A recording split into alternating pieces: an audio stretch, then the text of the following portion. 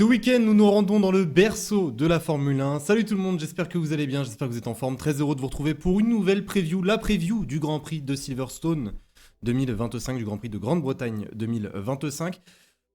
Beaucoup de choses à vous dire, On va revenir sur pas mal d'aspects, on va revenir sur certains pilotes, on va revenir sur certaines monoplaces. Dans un premier temps, on fait ensemble un petit tour sur ce tracé de Silverstone, un tracé historique, un tracé qui est là depuis la naissance de la Formule 1. Puis ensuite, je vous donnerai un petit mot sur toutes les écuries, McLaren, Ferrari, Red Bull, Mercedes, etc. Et croyez-moi, il y a beaucoup de choses à dire aujourd'hui. Les amis, juste avant qu'on rentre dans le vif du sujet, laissez-moi vous parler du partenaire de cette vidéo et j'en suis très heureux puisque vous le savez très bien, moi j'adore vous parler d'évolution sur les Formule 1, mais on ne parle pas assez des voitures de la vie de tous les jours puisque ces voitures ont également besoin de réparation. Donc laissez-moi vous parler d'Ovoco. Alors Ovoco est un site internet qui répertorie toutes sortes de pièces détachées. Comme vous le savez très bien, des pièces d'occasion ou même neuves peuvent coûter extrêmement cher. Et Ovoco, grâce à plus de 5000 vendeurs agréés dans toute l'Europe, pourra vous proposer d'acheter des pièces à moindre coût, des pièces qui ont été récupérées, des pièces qui ont été vérifiées et surtout des pièces à qui on a redonné une nouvelle vie. Et il y a vraiment de tout. Embrayage, frein, pare-choc, capot moteur, feu avant, feu arrière, phare, tout ce que vous souhaitez, vous pourrez le retrouver sur Ovoco. Et si vous trouvez quelque chose qui vous intéresse, il y a une garantie de retour sous 14 jours. Vous êtes directement livré à domicile. Et ça dans toute l'Europe. Donc les amis, si vous voulez faire plaisir à votre portefeuille, à votre voiture et également à la planète, puisque je vous apprends rien, c'est beaucoup plus écologique de récupérer des pièces détachées, je vous invite à vous rendre sur le lien dans la description. Vous pourrez consulter le site par vous-même et pourquoi pas trouver votre bonheur. Je remercie Ovoco pour leur confiance et on est reparti pour la vidéo. Donc concernant ce tracé de Silverstone, alors Silverstone est un circuit qui est ultra intéressant dans le sens où il va te dire directement si tu as une bonne ou une mauvaise voiture, puisque sur ce tracé, tu retrouves de tout et tu as besoin de tout avec ta monoplace. Eh bien, tu as besoin d'un appui aérodynamique extrêmement élevé, tu as besoin d'une bonne stabilité au freinage, tu as besoin d'une bonne motricité en sortie et également d'une bonne vitesse de pointe. Donc c'est difficile à Silverstone généralement de trouver les bons réglages. Il faut essayer de trouver le meilleur compromis entre l'appui et la vitesse de pointe. Maintenant, si je vous donne un petit mot secteur par secteur, alors déjà dans le premier secteur, on alterne énormément entre les virages rapides et les virages lents. Il faut une bonne stabilité au freinage et bien sûr une bonne motricité. Dans le deuxième secteur, on retrouve beaucoup plus de lignes droites, beaucoup plus de virages lents. Et je pense que vous l'avez compris, la vitesse de pointe et l'adhérence sont essentiels dans cette partie du tracé. Et on arrive dans le troisième secteur, mon secteur préféré à Silverstone. On a un super enchaînement rapide à haute vitesse. Il faut un appui très fort, hein. Je parle bien sûr de l'enchaînement rapide Copse, Maggots, Beckett, qu'il faut savoir prendre. Il faut avoir une voiture clouée au sol, un bon train avant et surtout un bon train arrière. Il est très facile de perdre la voiture dans le troisième secteur. Donc il faut une voiture réactive. Voilà, une voiture qui répond plutôt bien. Donc voilà, concernant Silverstone, c'est un circuit qui est très technique, qui représente un défi de taille pour les pneus. Les pneus sont touchés, les pneus sont stressés généralement à Silverstone. D'ailleurs, les pneus utilisés seront les C2, les C3 et les C4. Donc ni la gamme la plus tendre que peut proposer Pirelli, ni la gamme la plus dure. Faut faire attention à la dégradation, surtout à l'avant gauche qui est énormément touché sur ce tracé. Je pense que je vous ai à peu près donné l'essentiel, je vous montre les horaires et petite information concernant la météo à Silverstone ce week-end, puisque de temps en temps on a de la pluie à Silverstone.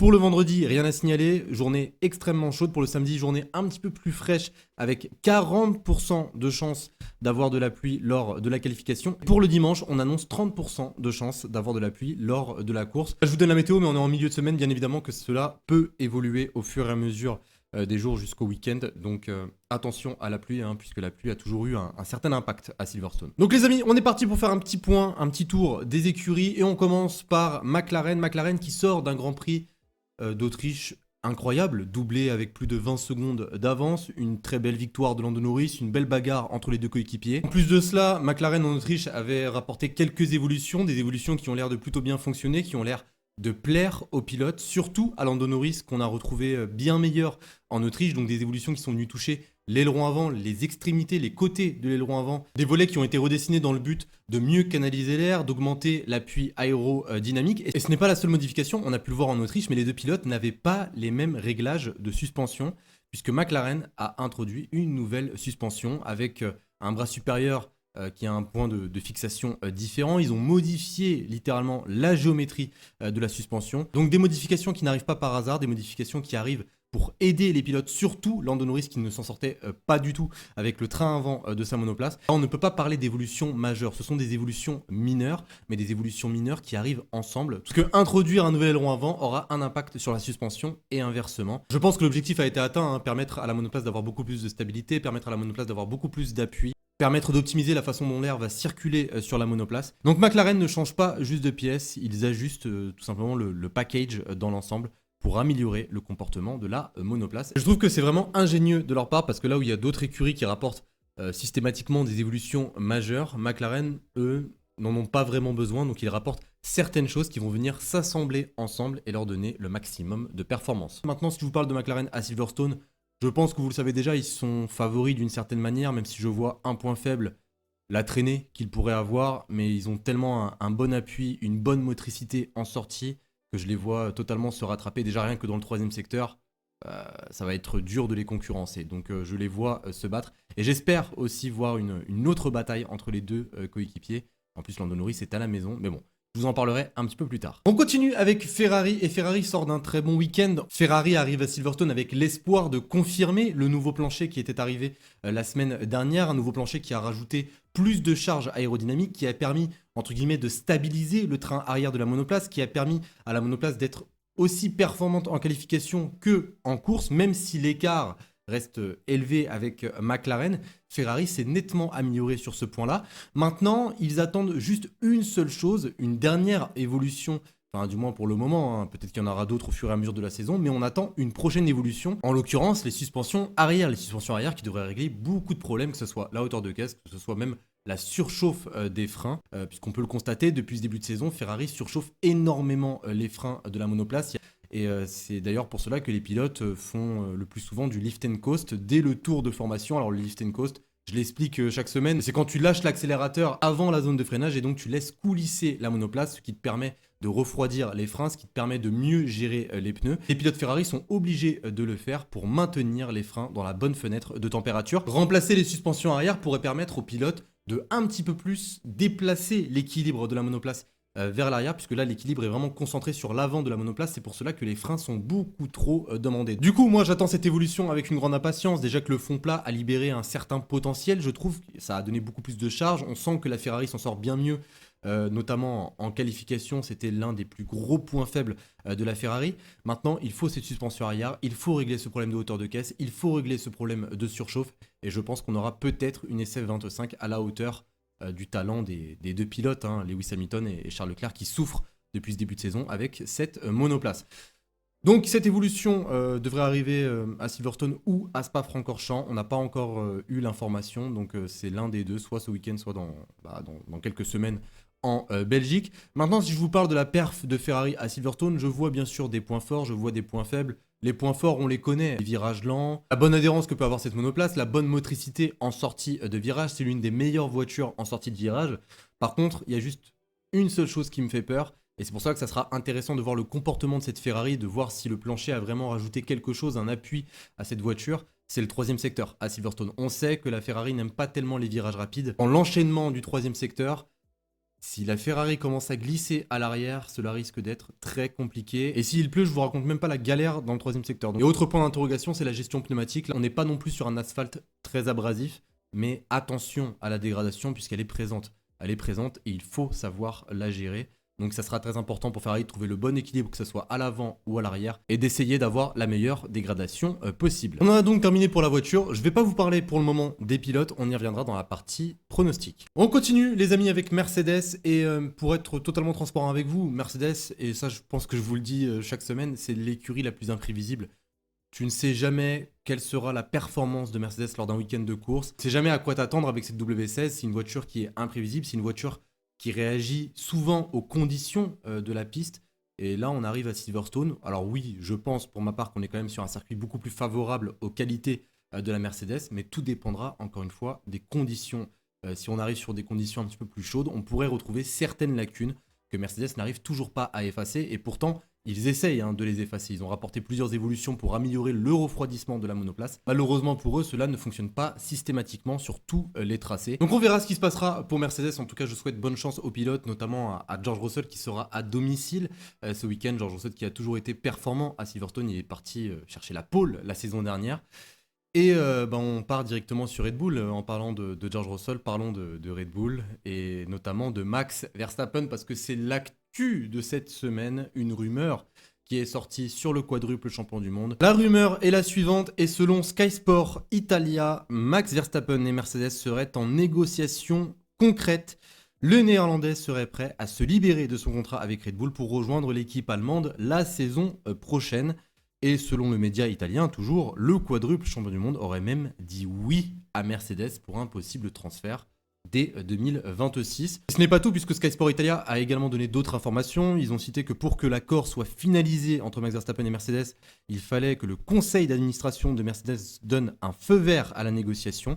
Et si l'accord se concrétise, Verstappen prendrait donc la place de George Russell et non celle de Andrea Kimi Antonelli. Donc George Russell qui est actuellement en pourparlers avec Mercedes pour un éventuel renouvellement de contrat. Donc voici la rumeur. Alors moi j'avoue que je ne sais pas trop où me situer, j'ai tendance à ne plus trop porter d'importance aux rumeurs, mais vu que là ça a été relié par de gros médias italiens, anglais, c'est pour cela que j'ai décidé de vous en parler. Même dans l'onglet communauté de ma chaîne YouTube, je vous ai même fait un sondage parce que je ne sais pas si je suis le seul à y croire ou à ne pas y croire à une potentielle arrivée de Max Verstappen chez Mercedes. Donc je vous ai posé une question, est-ce que vous y croyez? Oui ou non. Vous êtes plus de 70% à avoir dit oui.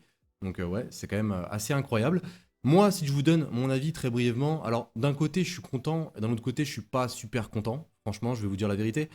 D'un côté, je suis content, pourquoi? Parce que c'est vrai que j'aimerais bien voir Max Verstappen dans une autre monoplace que la Red Bull. Il est toujours resté dans la famille Red Bull et j'ai envie de le voir dans une autre écurie. Autre chose à prendre en compte, je pense que ça serait également le bon choix pour Max Verstappen de partir de chez Red Bull. Je le dis, voilà, ça fait 18 mois qu'on entend ceci, cela sur Max Verstappen. Ça fait 18 mois que la situation n'est plus comme avant chez Red Bull.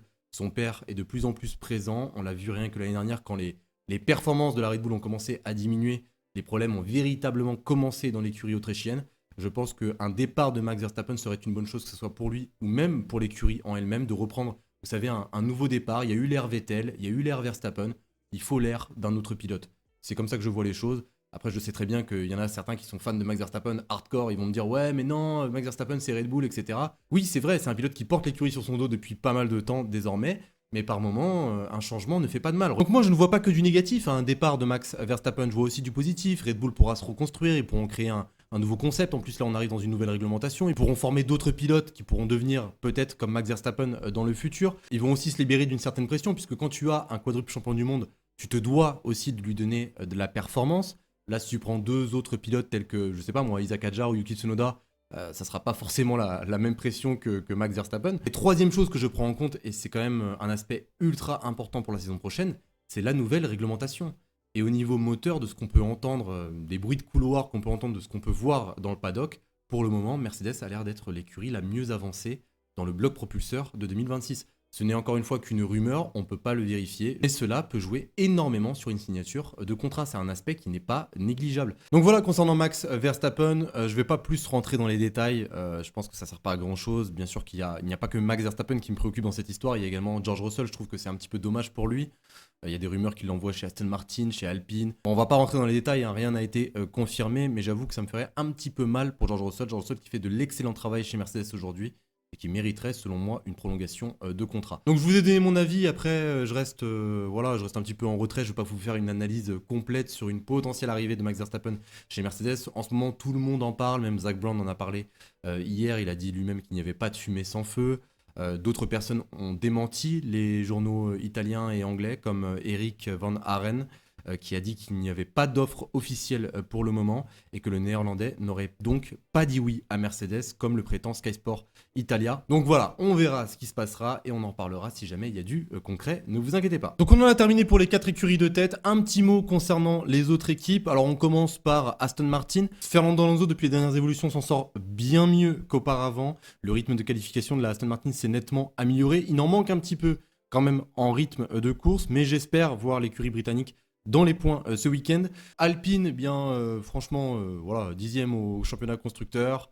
en Autriche, c'était catastrophique, une voiture qui n'a pas d'adhérence, l'accélération est tellement dure, c'est tellement dur de trouver de la bonne motricité avec cette Alpine, elle dégrade énormément ses pneus, le rythme de course n'est pas bon également, donc il va falloir améliorer tout ça et je ne sais pas comment Alpine va faire pour relever la tête. J'espère que ça sera le cas à Silverstone, surtout sur un tracé qui te montre généralement les faiblesses et les forces de ta monoplace. Si on a une Alpine dans les points à Silverstone, ça sera déjà un très bon signe. Pour Williams, j'espère les revoir dans les points. Williams qui n'est pas très chanceux en ce moment. On n'espère pas de problème de fiabilité pour la Williams. Après, Williams a certains atouts, hein, notamment la vitesse en ligne droite qui devrait plutôt bien les aider sur ce tracé. Concernant Haas, j'aimerais revoir Esteban Ocon dans les points. Il était dans les points la semaine dernière en Autriche. Ils avaient fait un très long relais. C'est là où on voit que Haas a énormément travaillé sur les longs relais. Et ça, depuis les essais hivernaux, malgré les lacunes de la voiture, c'est une voiture qui arrive quand même à garder une bonne dégradation. Et cela peut faire la différence sur un tracé tel que Silverstone. Racing Bull sort d'un bon Grand Prix également. Il y a eu un nouvel aileron avant qui est arrivé sur la monoplace qui a rajouté beaucoup plus d'appui. On a pu le voir hein, avec le très bon résultat de Liam Lawson la semaine dernière et surtout la très bonne qualif des deux pilotes. Et pour terminer, Stake qui est désormais à 2 points d'Aston Martin. Les progrès de la monoplace sont évidents. Il y a même eu Hülkenberg qui nous en a parlé. Les évolutions l'ont rendu plus prévisible et surtout plus stable. Donc pourquoi pas revoir une Sauber dans le top 10 ce week-end, c'est une possibilité. Donc les amis, on est parti pour mon pronostic. Juste avant qu'on commence, je vous montre les gagnants de la semaine dernière puisque chaque semaine, je vous demande de mettre votre podium dans l'ordre. La semaine dernière, 4 personnes ont trouvé le bon pronostic, donc bien joué à vous. Si vous voulez participer, ça se passe dans les commentaires, vous mettez votre podium et si vous avez le podium dans l'ordre, eh bien vous passerez dans la prochaine vidéo. Je rappelle juste que vous avez jusqu'à la qualification, voilà, pour mettre votre pronostic. Je sors la vidéo le jeudi pour que vous puissiez avoir le temps exactement de mettre votre pronostic. Donc, concernant mon pronostic pour ce Grand Prix de Silverstone, franchement, c'est assez dur de prédire ce qui peut se passer, surtout sur un tracé tel que Silverstone. À Silverstone, on a toujours eu des scénarios improbables. Regardez juste l'année dernière avec Lewis Hamilton. Hein. Je pense que je n'ai même pas besoin de vous rappeler ce qui s'était passé. Une performance exceptionnelle avec sa Mercedes. Je ne sais pas s'il sera capable de reproduire cet exploit, mais une surprise de Lewis Hamilton n'est pas impossible. Alors, je sais très bien qu'il n'a pas la meilleure voiture, je sais très bien qu'il est dans une monoplace qui ne lui correspond pas énormément ces derniers temps. Mais avec Lewis Hamilton, tout peut se passer, et surtout à Silverstone. Cela fait maintenant depuis 2014 que Lewis Hamilton n'a pas quitté le podium à Silverstone. Juste pour vous dire à quel point, bon déjà la stat est folle, mais juste pour vous dire à quel point qu'il ne faut surtout pas sous-estimer Hamilton. Moi j'aimerais bien voir une victoire de Lewis Hamilton, de toute façon un pilote à domicile, j'ai toujours envie de le voir gagner. Mais j'avoue qu'il faut quand même rester un minimum réaliste, et que la plus grosse force du plateau pour le moment, c'est McLaren. Et par rapport à McLaren et par rapport surtout à ce que j'ai envie de voir jusqu'à la fin de cette saison, j'ai envie que Lando Norris se rapproche encore un petit peu plus de Oscar Piastri. Il y a eu quelques changements qui ont été effectués sur sa monoplace en Autriche. J'ai l'impression que ces changements ont aidé Lando Norris à avoir une meilleure compréhension de sa monoplace. Donc je vais mettre Lando Norris en première position. En deuxième position, bon, bien sûr que j'ai envie de mettre Oscar Piastri, hein, et de toute manière, je vais vous le dire très clairement. Après ce qui s'est passé en Autriche, je vois totalement un Oscar Piastri revanchard ce week-end qui va tout faire pour aller chercher son coéquipier, qui va tout faire pour exploser la concurrence. Oscar Piastri, depuis ce début de saison, il gagne pratiquement une course sur 2. Donc je vous avoue que c'est très difficile pour moi de ne pas le mettre en première position. Donc je vais le laisser en deuxième position. Je vais parier sur un doublé McLaren. Et en troisième position, c'est là où j'hésite énormément. Je vois Max Verstappen revenir. Après de gros points perdus en Espagne et en Autriche, il se doit de revenir absolument s'il veut rester dans la course au titre. Déjà que c'est très difficile. Il faut absolument aller chercher un bon résultat pour Max Verstappen.